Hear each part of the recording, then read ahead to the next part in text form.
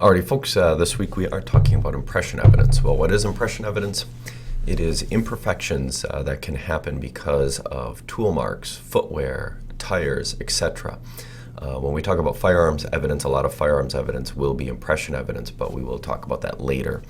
But essentially what you can do is take the characteristics of the tool or the shoe and match it to whatever they left behind at the crime scene. And it's usually very small imperfections that have to be viewed under a microscope to give us the idea of what tool was used or which pair of shoes were used.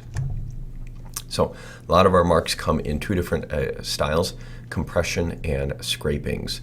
Compression is when you step down into a surface and you deform the surface.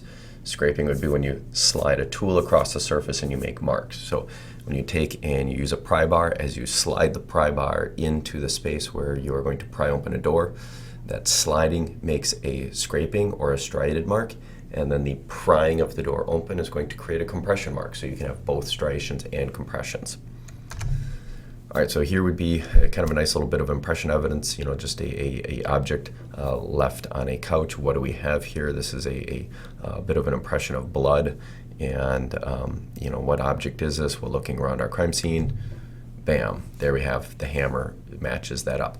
Don't take objects at your crime scene and actually place them over the top of things. Take different photographs and layer the photographs over the top of each other. All right, so here's another impression evidence, a bruise on a person's leg. What made that bruise? Bam, it was this found at the crime scene. So again, we don't put these things on top of each other, but you're able to match things up very easily. So another form of an impression evidence that we need to think about. All right, so tool marks. Here we have a great little example. You look at like a screwdriver, which has been used to pry open this door or pry apart this door frame. And if you look, at the time of manufacture, this is not a completely flat head on the end of the screwdriver. There's actually all these little imperfections, and over the course of the life of this tool, these imperfections will, become even more distinct. Parts of the screwdriver will break off and vanish. Some of these things will get worn down. There will be other imperfections imparted on this tool.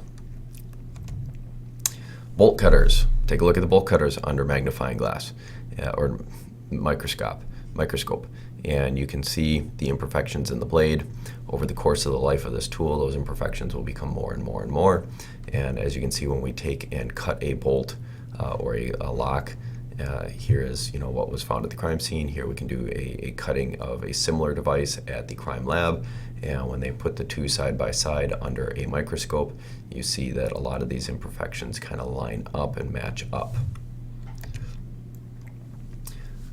So where do we find a lot of our tool mark evidence? Well, at burglary scenes where people have made entry into the scene, whether it is, prying open a door, prying off doorknobs. It's a very popular way to open up business doors is to pry off the doorknob.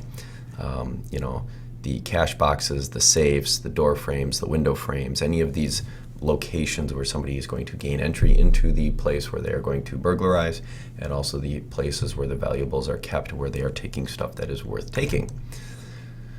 Some of the examinations, some of the things that is important for looking at tool marks: the type of tool used, contour of the cutting edge, the width and color of the tool. There can be trace evidence left behind. We'll talk about trace evidence next week. Fracture matches, so when we have parts of the tool left behind at the scene, we can actually match back up when we find the tool in possession of the suspect. And then that individual characteristics of the tool, that at the time it was manufactured, it had imperfections, and in the course of its use, more imperfections will be imparted upon that tool. So a fracture match. This is something that, again, we don't put these pieces next to each other, but you find this at your crime scene, you identify a suspect, the suspect has this tool in their possession, and take a look at the crime lab. They can take and match these two pieces back together. We don't do that at the police department. We package these things separately, send it to the crime lab, and let the crime lab do the fracture matches. Documentation is just like anything else, overall, mid-range, close-up. So here we have, overall picture of a residential home, and we have the mid-range and close-ups and close-up with scale showing these. And I do realize this house doesn't match these. I just couldn't find the actual house, so using this as a stand-in. So overall, mid-range showing the different prize, close-up showing the one set of prize, there's a close-up showing the other set of prize, and then close-up with scale, adding that in.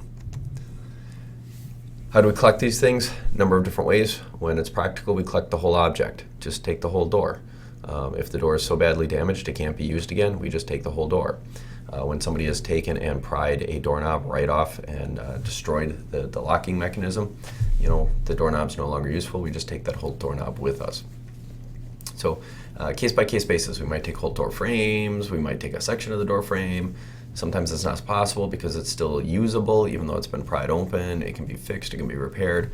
Then we use a casting material. Polyvinyl siloxanate is very popular. Microsil is also popular. This is the polyvinyl, this is Microsil.